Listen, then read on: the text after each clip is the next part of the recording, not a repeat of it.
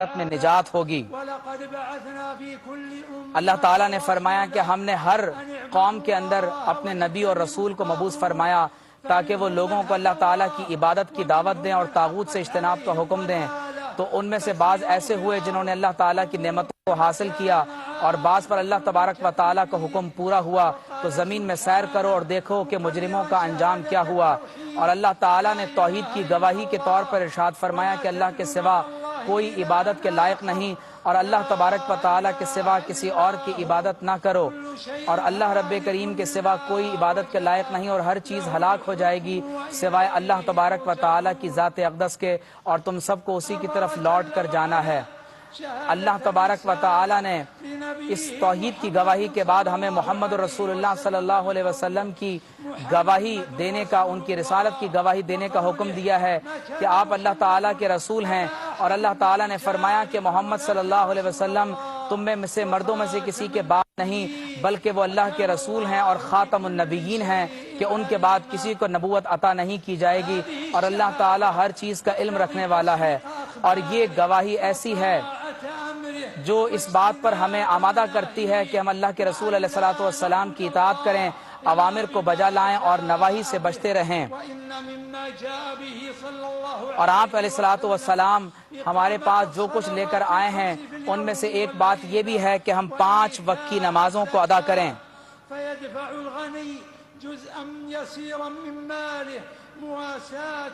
اور اس بات کا حکم دیا گیا کہ جن لوگوں کو اللہ نے مال میں وسعت عطا فرمائی ہے وہ اپنے مال میں سے اللہ تبارک و تعالیٰ کے راستے میں خرچ کریں، اور اللہ رب کریم نے فرمایا کہ تم نماز کو ادا کرو اور زکوٰۃ ادا کرو، اور اللہ تبارک و تعالیٰ نے ہمیں حکم دیا کہ ہم رمضان المبارک کے مہینے میں روزے رکھیں۔ اللہ تعالیٰ نے فرمایا کہ تم میں سے جو کوئی رمضان کا مہینہ پائے تو اسے چاہیے کہ رمضان المبارک کے مہینے میں روزے رکھے، اور اللہ تعالیٰ نے لوگوں پر حج فرض کیا جو اللہ تبارک و تعالیٰ کے گھر حاضر ہونے کی استطاعت رکھتے ہوں۔ اور یہ اسلام کے وہ ارکان ہیں کہ جن کے بارے میں اللہ کے رسول صلی اللہ علیہ وسلم نے ارشاد فرمایا کہ اسلام یہ ہے کہ تم یہ گواہی دو کہ اللہ تعالیٰ کے سوا کوئی عبادت کے لائق نہیں، اور محمد صلی اللہ علیہ وسلم اللہ تعالیٰ کے رسول ہیں۔ نماز قائم کرو اور زکوٰۃ ادا کرو اور رمضان المبارک کے روزے رکھو، اور اگر استطاعت رکھتے ہو تو اللہ تبارک و تعالیٰ کے گھر کی زیارت کرو۔ اور ایمان یہ ہے کہ تم اللہ تبارک و تعالیٰ پر، اس کے فرشتوں پر ایمان لاؤ، اللہ کی کتابوں پر اور اس کے رسولوں پر ایمان لاؤ، اور آخرت پر ایمان لاؤ اور تقدیر پر ایمان لاؤ۔ اور احسان یہ ہے کہ تم اللہ کی عبادت ایسے کرو گویا کہ تم اللہ تبارک و تعالیٰ کو دیکھ رہے ہو، اور اگر تم یہ نہیں کر سکتے تو کم از کم ایمان رکھو کہ اللہ تمہیں دیکھ رہا ہے۔ اے حجاج کرام، رسول اللہ صلی اللہ علیہ وسلم نے حج کے موقع پر خطبہ ارشاد فرمایا اور فرمایا کہ اے لوگو، تمہارا رب ایک ہے اور تمہارا معبود ایک ہے، اور کسی عربی کو کسی عجمی پر، کسی عجمی کو کسی عربی پر کوئی فضیلت نہیں ہے، اسی طرح کسی لال کو کسی گورے پر کوئی فضیلت نہیں، اور کسی گورے کو کسی کالے پر فضیلت نہیں سوائے تقویٰ کے۔ اور اللہ تبارک و تعالیٰ نے تمہارے درمیان اس بات کو حرام کر دیا کہ تم ایک دوسرے کا ناحق خون بہاؤ اور ایک دوسرے کے مال کو ناحق تم غصب کرو، جیسے آج کے دن کی حرمت ہے، اس شہر کی حرمت ہے اور اس مہینے کی حرمت ہے۔ اور اللہ تعالیٰ نے تمام تر ذات پات رنگ نسل کے افتراق کو مٹا دیا، اور اللہ رب کریم نے اس بات کو کائنات میں اپنی ایک نشانی قرار دیا ہے۔ اور اللہ تعالیٰ نے فرمایا کہ میں نے جو تمہاری رنگوں کے اور زبانوں کے اختلاف رکھے ہیں وہ اس لیے ہیں کہ یہ اللہ تعالیٰ کی نشانی ہے، اور اللہ نے اس میں علم رکھنے والوں کے لیے نشانی رکھی ہے۔ اور اللہ رب کریم نے مسلم سوسائٹی میں محبت کو قائم رکھنے کا حکم دیا ہے، اور ایسی تمام باتوں سے منع کیا ہے جن سے آپس کی صفوں میں انتشار پیدا ہو۔ اللہ تعالیٰ نے فرمایا کہ تم سب مل کر اللہ تبارک و تعالیٰ کی کتاب کو اختیار کر لو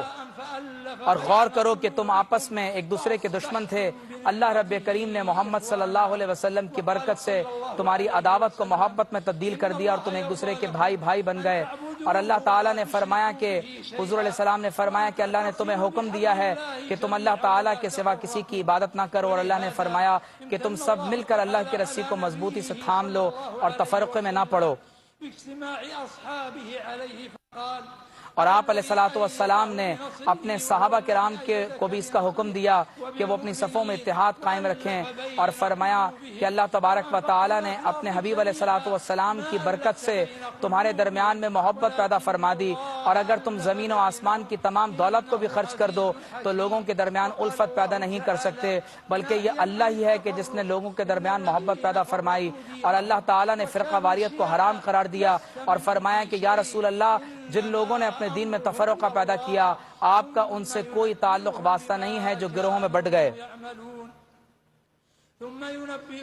پھر اللہ تبارک و تعالی نے قیامت کے دن انہیں اس بات سے آگاہ کرے گا جو دنیا میں وہ کیا کرتے تھے، اور جو لوگ آپ علیہ الصلوۃ والسلام کے بعد فرقہ واریت میں پڑ گئے اور اللہ تبارک و تعالی کے دین سے روگردانی کی، ان کے لیے قیامت کے دن دردناک عذاب ہوگا۔ اور وہ چیز جو دنیا اور آخرت میں لوگوں کو ایک جگہ جمع کرنے والی ہے، وہ ایسی گفتگو اور ایسی باتیں ہیں کہ جو ایک دوسرے کو نیکی کی طرف دعوت دینا ہے اور ایک دوسرے کو اللہ تبارک و تعالی کے دین کی طرف بلانا ہے۔ اور اللہ تبارک و تعالی نے اس بات سے منع کیا ہے کہ لوگ آپس میں ایک دوسرے سے حسد کریں، اور اللہ تبارک و تعالی نے اس بات سے منع کیا ہے کہ لوگ کسی معصوم کا ناحق خون بہائے۔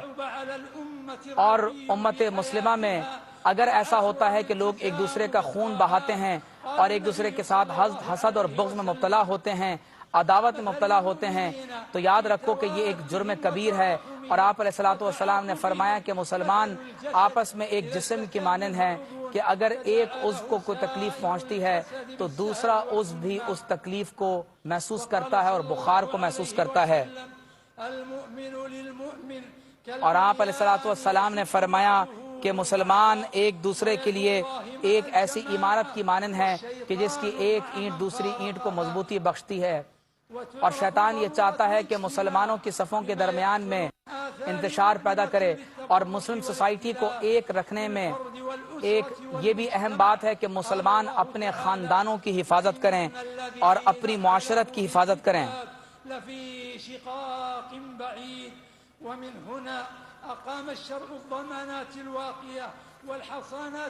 اور اللہ تبارک و تعالی نے ایمان والوں کو ایسی باتوں کا حکم دیا ہے کہ جس میں وہ تمام تر اپنی دینی بنیادوں کو قائم رکھیں اور ایک دوسرے کے ساتھ احسان کرتے رہیں، اور ان تمام تر باتوں سے اجتناب کریں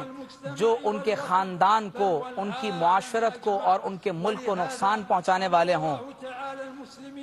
اور اس لیے اللہ تبارک و تعالی نے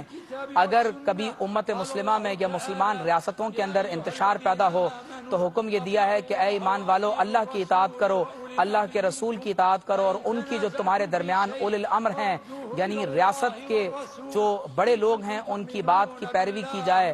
اور اللہ تعالیٰ نے فرمایا کہ یہ تمہارے لیے زیادہ بہتر ہے اور انجام کار کے اعتبار سے بھی زیادہ بہتر ہے۔ اور اللہ نے فرمایا کہ جب تم کسی بات میں اختلاف کر بیٹھو تو اس کا انجام کار آخر میں جو حکم ہے وہ اللہ تبارک و تعالیٰ کا ہی ہے جس کی پیروی کی جائے گی۔ اور اللہ نے فرمایا کہ یا رسول اللہ صلی اللہ علیہ وسلم، ہم نے یہ کتاب آپ پر اس لیے نازل فرمائی ہے تاکہ آپ اس کی وضاحت کریں، اور یہ کتاب ہدایت ہے اور لوگوں کے لیے رحمت ہے۔ اور آپ علیہ الصلوۃ والسلام نے حسن خلق کا حکم دیا، اور اللہ تبارک و تعالی نے فرمایا کہ یا رسول اللہ، آپ اللہ تعالیٰ کی رحمت کی وجہ سے لوگوں کے لیے نرم ہو گئے۔ اگر آپ علیہ الصلوۃ والسلام کے مزاج میں سختی ہوتی تو لوگ آپ کے اطراف سے دور ہو جاتے، اور آپ علیہ الصلوۃ والسلام نے اس بات کی ترغیب دی ہے کہ لوگ اپنے اخلاق کو بہتر کریں۔